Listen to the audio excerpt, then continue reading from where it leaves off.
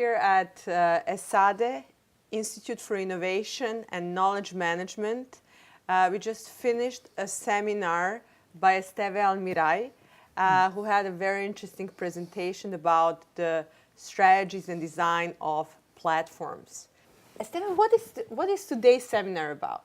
And revolves around several questions, like we are in platforms, we all know platforms. We have iPhones, we have Androids, and we all know these platforms and apps and so on.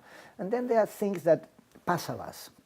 One thing that puzzles us is the iPhone platform, for example, has more restrictions than the Android. You have to comply with knows how many norms, you have to comply with knows how many restrictions and so on. But even if these restrictions exist, they are more successful.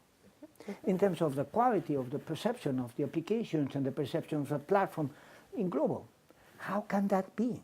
Our research shows that what happens is that the space of search, the number of points that you can search by putting constraints is reduced. So you can search better. So because you search better, you can find better positions. Of course, if you were able to find the best possible position in this space without constraints, then it would be unbeatable. But you cannot, because it's too big. When you put some constraints, you reduce the space, so you facilitate search. So people can do better search than when you don't put constraints. So it's this tension on how big is the space, how many constraints you put, and then as a result, how good are you performing in search. And in some middle level of complexity, you perform much better. And many of the apps that we work on are in this middle level of complexity. Right.